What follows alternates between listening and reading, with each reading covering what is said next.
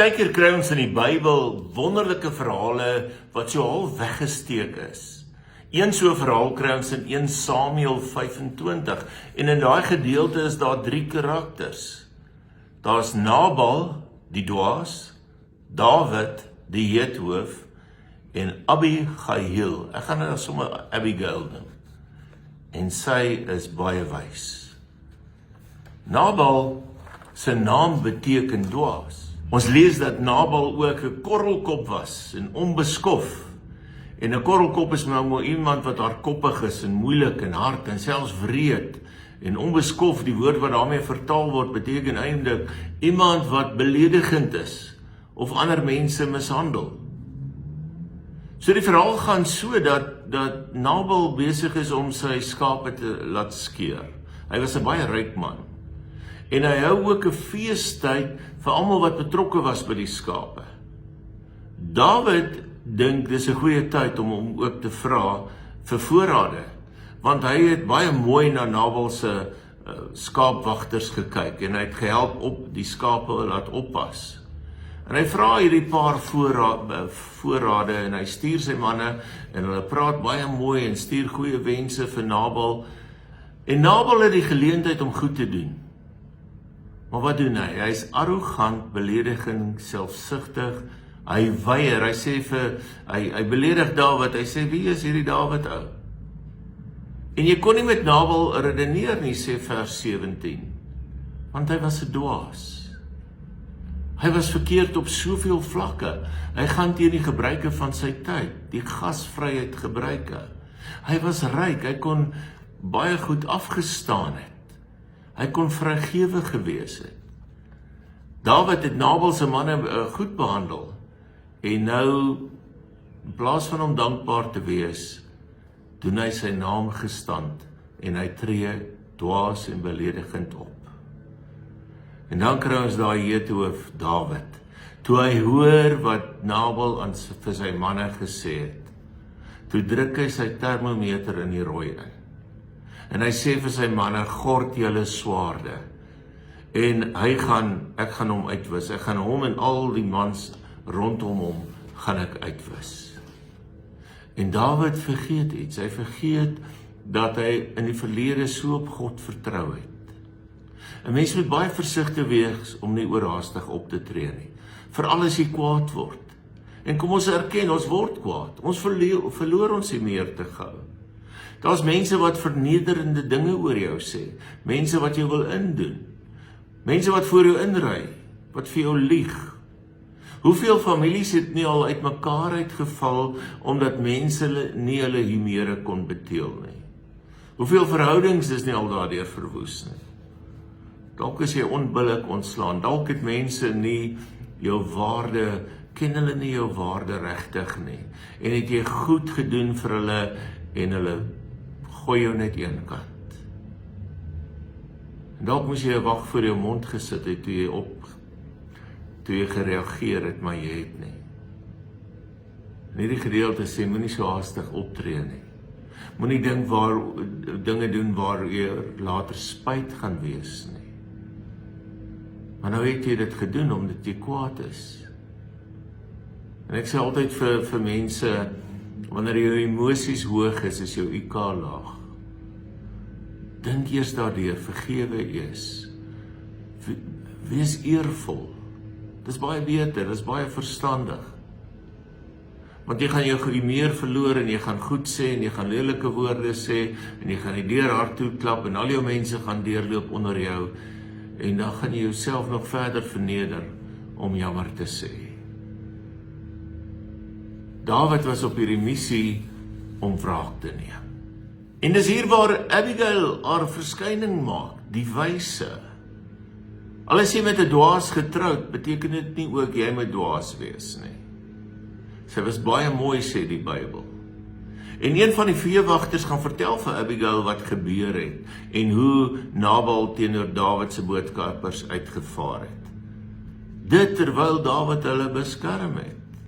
En hy voeg ook by dat Dawid besluit het om die huis van Nabal te straf en uit te wis.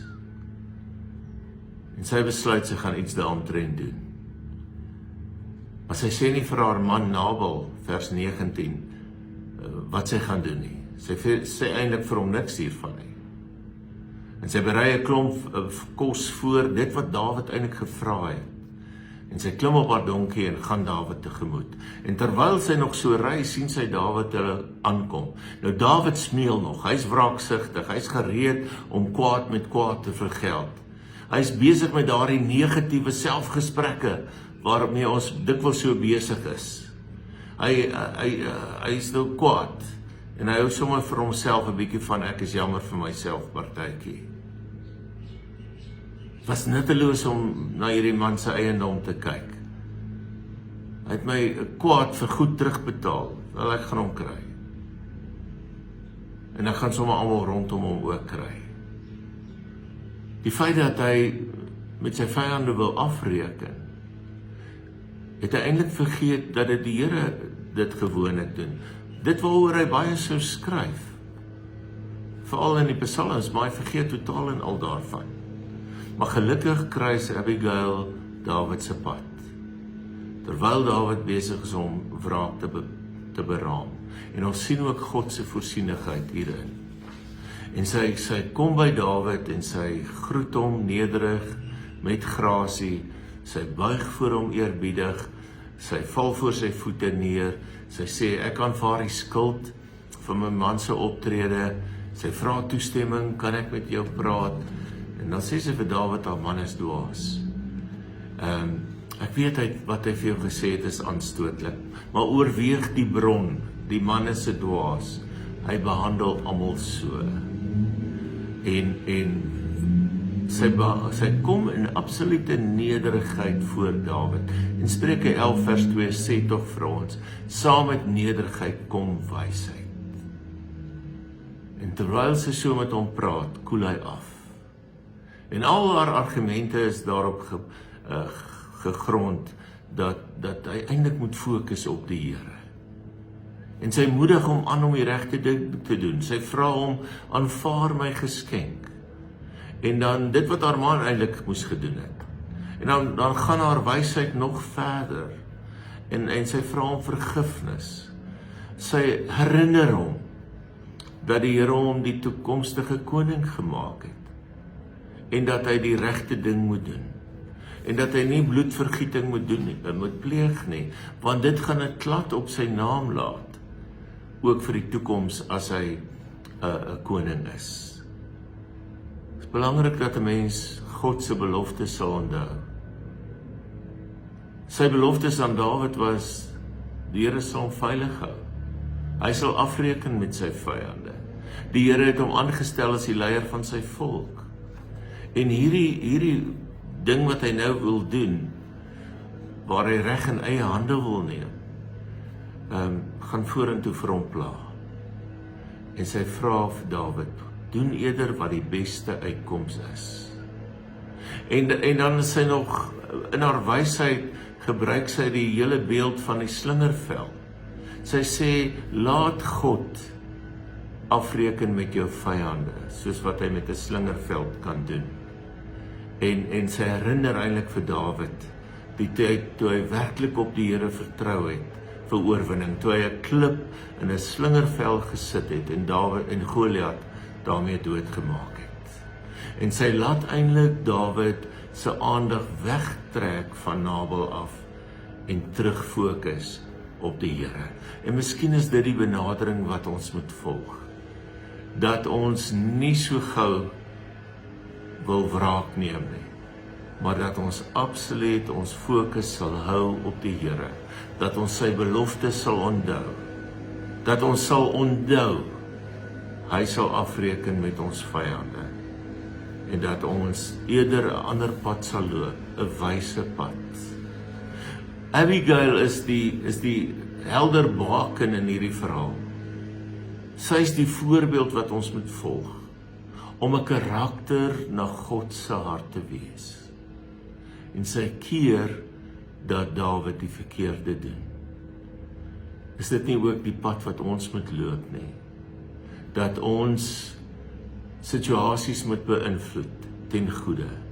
Dat ons so moet optree, dat daar versoening sal kom. Maak 'n keuse. Wie wil jy wees? Nabal, die dwaase, Dawid, die heethoof, Abigail, die wyse. Nabal het dwaasheid gesaai en hy sou uiteindelik ook sterf. Dawid het oorhaastigheid gesaai en hy het amper rampspoed gemaai. Abigail het wysheid gesaai en God se seën afgeoes. As jy Jesus navolg, dan word jy geroep om God te verheerlik met jou optrede en met die gesindheid van Jesus Christus te leef en volgens God se woord te leef. Mag jy poog om dwaase en oorhaastige besluite te vermy en eerder Christus te volg en volgens die wysheid van God se woord te lewe. Amen. Kom ons bid saam. Here, help ons elkeen om volgens die gesindheid van Jesus te lewe. Help ons om u woord in ons lewens sigbaar te maak. Amen. Mag God wat vir jou vrede gee, jou volkome aan hom toegewyd maak, dat jy geheel en al na liggaam, siel en gees onberispelik sal wees, wanneer ons Here Jesus Christus weerkom. Mag dit vir jou 'n mooi dag wees, 'n mooi week, mag die Here vir jou seën in alles wat jy doen. Totsiens.